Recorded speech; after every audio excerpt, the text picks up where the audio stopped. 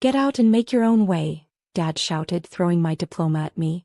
If you're too good for the family business, then you're too good for this family.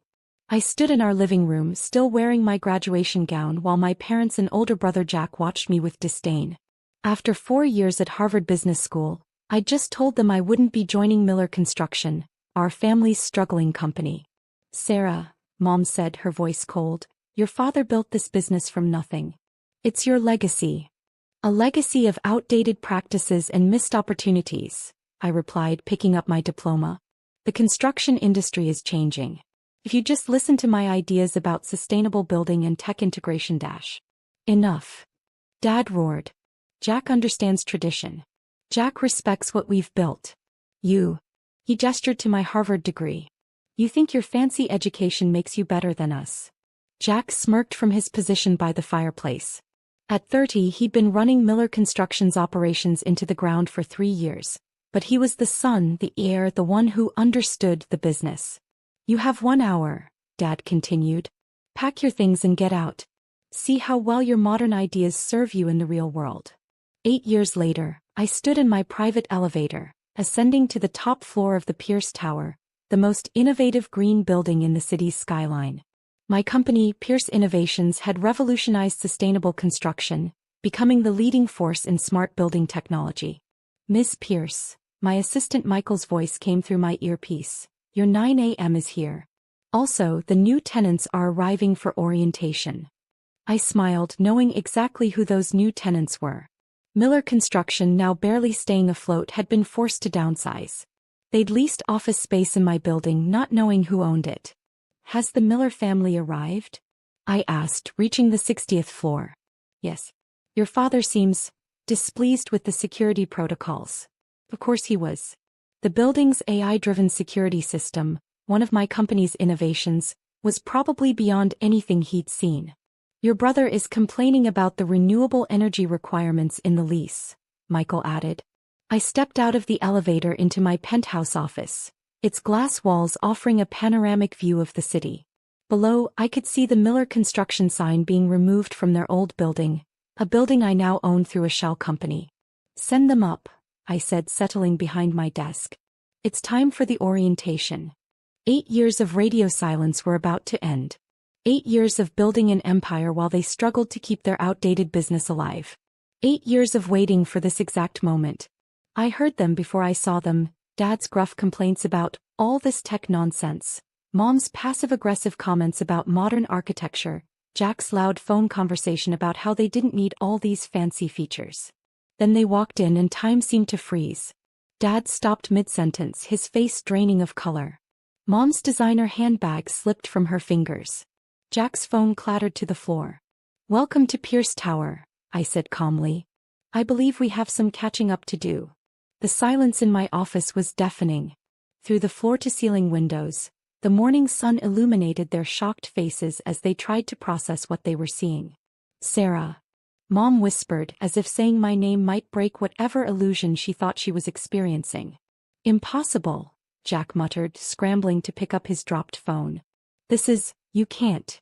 Dad took a step forward, his eyes darting around my office, taking in the industry awards, the magazine covers featuring my innovations, the digital displays showing Pierce Innovations' global projects. This is some kind of trick, he finally said, but his voice lacked conviction. I touched my desk surface, activating the holographic display. Around us, 3D models of my buildings materialized, sustainable skyscrapers, smart cities, revolutionary green technology. Everything they'd dismissed as impossible 8 years ago. No tricks, I replied, standing up. Just innovation. The same innovation you threw out with my diploma. Pierce Innovations, Mom read from the wall, realization dawning. You're the Pierce? The one revolutionizing sustainable construction. The very same. I pulled up their lease agreement on the main screen. Now about your tenancy in my building. Jack stepped forward, trying to reclaim some authority. Listen here, little sister dash. No, you listen, I cut him off. Your company is 3 months from bankruptcy. Your methods are obsolete, your projects are failing, and your reputation in the industry is toxic. The only reason you got space in this building is because I allowed it. Dad's face reddened. We don't need your charity dash. Charity. I laughed, pulling up Miller Construction's financial records. This isn't charity, Dad. This is business. Your quarterly losses, your failed projects, your mounting debt, it's all here. Did you really think you could keep operating like it's 1980 forever? Mom sank into one of my office chairs, her carefully maintained facade cracking. But all those years, we thought. You thought I was struggling? I finished for her. That I'd come crawling back? While you were clinging to the past, I was building the future. I projected more images, their failed projects alongside my successful ones, their declining profits next to my company's soaring value. The Miller Construction sign came down this morning, I continued. Your old building belongs to me now. Just like this one. Just like half the modern buildings in this city. Jack's face had turned an interesting shade of pale. You bought our building? Through a subsidiary, yes. Along with most of your debt. I smiled. Consider it a daughter's dedication to preserving the family legacy, what's left of it. Why? Dad's voice was barely a whisper. Why didn't you tell us? Tell you. I raised an eyebrow. Like you told me about the company's problems when you kicked me out? Like you told your clients about your outdated practices? Like you told Jack about the real state of the business before making him CEO? The truth hung heavy in the air between us. 8 years of pride and prejudice crumbling in the face of undeniable success. Now, I said, pulling up a new document, let's discuss your future in my building. Here's how this works. I began sending the document to the wall screens. Pierce Innovations will acquire Miller Construction, what's left of it. You'll keep the Miller name on select projects, but everything changes. Methods, materials, technology, all of it. You can't just take our company, Jack protested weakly. Take it. I pulled up more financial data. I'm saving it. Your last 3 projects failed environmental standards. You've lost every major bid this year. Your workers are jumping ship to companies that actually understand modern construction. Mom leaned forward, her voice trembling. But what about us? The family. That's up to you. I walked around my desk, leaning against it. Dad can stay on as a consultant, if he's willing to learn new methods. Jack, you'll need to start from the ground up, actually learning the business instead of just inheriting a title. And if we refuse? Dad challenged, but the fight had left his eyes. Then Miller Construction declares bankruptcy next quarter.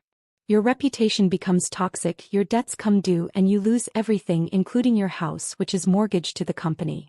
The silence that followed was broken only by the soft hum of my building's advanced systems.